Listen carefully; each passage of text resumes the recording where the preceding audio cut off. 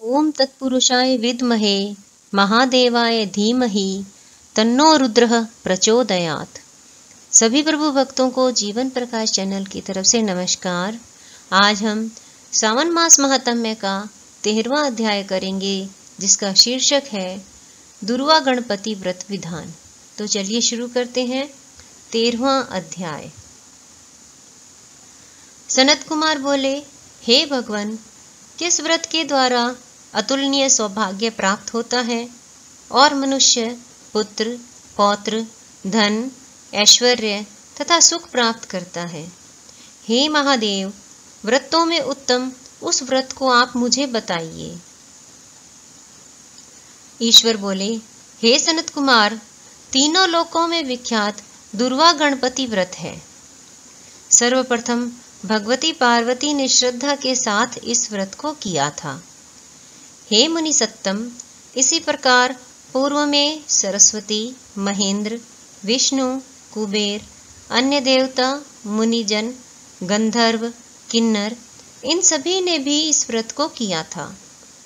श्रावण मास की शुक्ल पक्ष की शुद्ध व महापुण्यदायिनी चतुर्थी तिथि को इस व्रत को करना चाहिए, क्योंकि उसी दिन सभी पाप समूह का नाश हो जाएगा।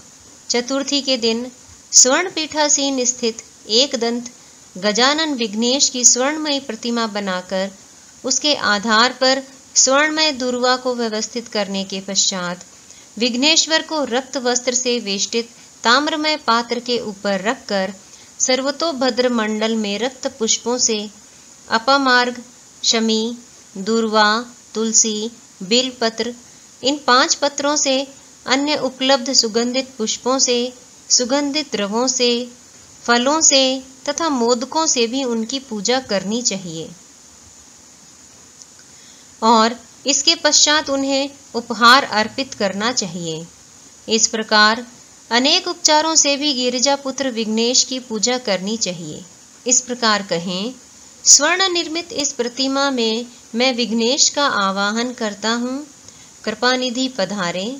इस स्वर्ण में सर्वोत्तम रत्न जड़ित सिंहासन को मैंने आसन के लिए प्रदान किया है, इसलिए विश्व के स्वामी इसे स्वीकार करें। हे उमासुत, आपको नमस्कार है। हे विश्वव्यापिन, हे सनातन, मेरे समस्त कष्टों को आप नष्ट कर दें। मैं आपको पाद्य समर्पित करता हूँ। गणेश्वर, देव, उमापुत्र तथा मंगल का विधान करने वाले को यह अर्घ्य प्रदान करता हूँ। हे भगवान, आप मेरे इस अर्घ्य को स्वीकार करें। विनायक, सूर तथा वर प्रदान करने वाले को नमस्कार है, नमस्कार है। मैं आपको यह अर्घ्य समर्पित करता हूँ, इसे ग्रहण करें। मैंने गंगा आदि सभी तीर्थों से प्रार्थना पूर्वक यह जल प्राप्त किया है। हे सुरपुंगव, आपके स्नान के लिए मेरे द्वारा प्रदत्त इस जल को स्वीकार कीजिए। सिंदूर से चित्रित तथा कुमकुम से रंगा हुआ यह वस्त्र युग्म आपको दिया गया है, आप इसे ग्रहण करें। लंबोदर तथा सभी विघ्नों का नाश करने वाले देवता को नमस्कार है। उमा के शरीर के मल से आविर्भूत हे गणेश जी, आप इस चंदन को स्वीकार करें। हे सुरश्रेष्ठ, मैंने भक्ति के साथ आपको रक्त चंदन से मिश्रित अक्षत अर्पण किया है। हे सुरसत्तम, आप इसे स्वीकार करें।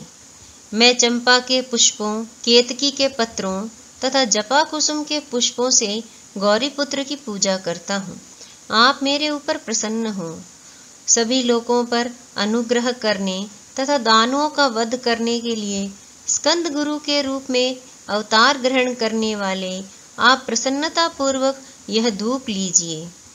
परम ज्योति प्रकाशित करने वाले तथा सभी सिद्धियों को देने वाले आप महादेव पुत्र को मैं दीप अर्पण करता हूँ।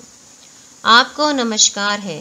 इसके बाद गणानात्वाम इस मंत्र से मोदक, 4 प्रकार के अन्न, पायस तथा लड्डू आदि का नैवेद्य अर्पण करें। मैं आपकी मुख शुद्धि के लिए आदरपूर्वक कपूर, इलायची तथा नागवल्ली के दल से युक्त तांबुल आपको प्रदान करता हूँ। हिरण्यगर्भ के गर्भ में स्थित अग्नि के स्वर्ण बीज में मैं दक्षिणा रूप में आपको प्रदान करता हूँ। अतः आप मुझे शांति प्रदान कीजिए। हे गणेश्वर, हे गणाध्यक्ष, हे गौरी पुत्र, हे गजानन, हे इभानन, आपकी कृपा से मेरा व्रत पूर्ण हो। इस प्रकार अपने सामर्थ्य के अनुसार विघ्नेश का विधिवत पूजन करके अपस्कर निवेदित सामग्री सहित गणाध्यक्ष को आचार्य के लिए अर्पण कर देना चाहिए। उनसे प्रार्थना करें, हे भगवन, हे ब्रह्मण, दक्षिणा सहित गणराज की मूर्ति को आप ग्रहण कीजिए। आपके वचन से मेरा यह व्रत आज पूर्णता को प्राप्त हो। जो मनुष्य 5 वर्ष तक इस प्रकार व्रत करके उद्यापन करता है, वह वांछित मनोरथों को प्राप्त करता है और देहांत के बाद शिवलोक को जाता है। अथवा 3 वर्ष तक जो इस व्रत को करता है, वह सभी सिद्धियां प्राप्त करता है। जो व्यक्ति उद्यापन के बिना ही इस व्रत को करता है, विधि के अनुसार भी उसका जो कुछ भी किया हुआ होता है वह सब निष्फल हो जाता है। अब उद्यापन विधि बताई जाती है। उद्यापन के दिन प्रातःकाल तिलों से स्नान करें। उसके बाद व्यक्ति 1 पल या आधा पल या उसके भी आधे पल की स्वर्ण की गणपति की प्रतिमा बनाकर पंचगव्य से स्नान कराकर भक्ति तथा श्रद्धा के साथ इन 10 नाम मंत्रों से दुर्वा दलों से सम्यक पूजन करें।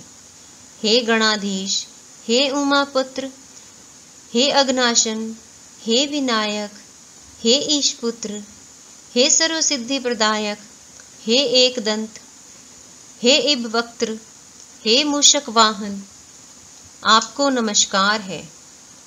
आप कुमार गुरु को नमस्कार है।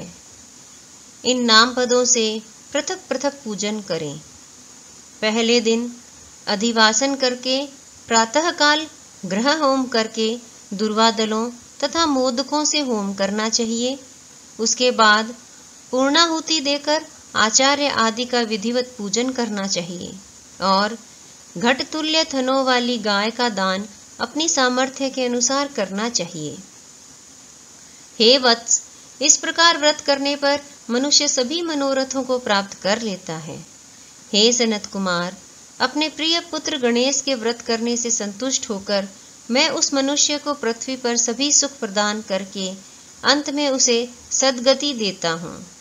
जैसे दूर्वा अपनी शाखा प्रशाखाओं के द्वारा वृद्धि को प्राप्त होती है, उसी प्रकार उस मनुष्य की पुत्र पौत्र आदि संतति निरंतर बढ़ती रहती है। हे सनत कुमार, मैंने दुर्वा गणपति का यह अत्यंत गोपनीय व्रत कहा है। सुख चाहने वालों को इस सर्वोत्कृष्ट व्रत को अवश्य करना चाहिए।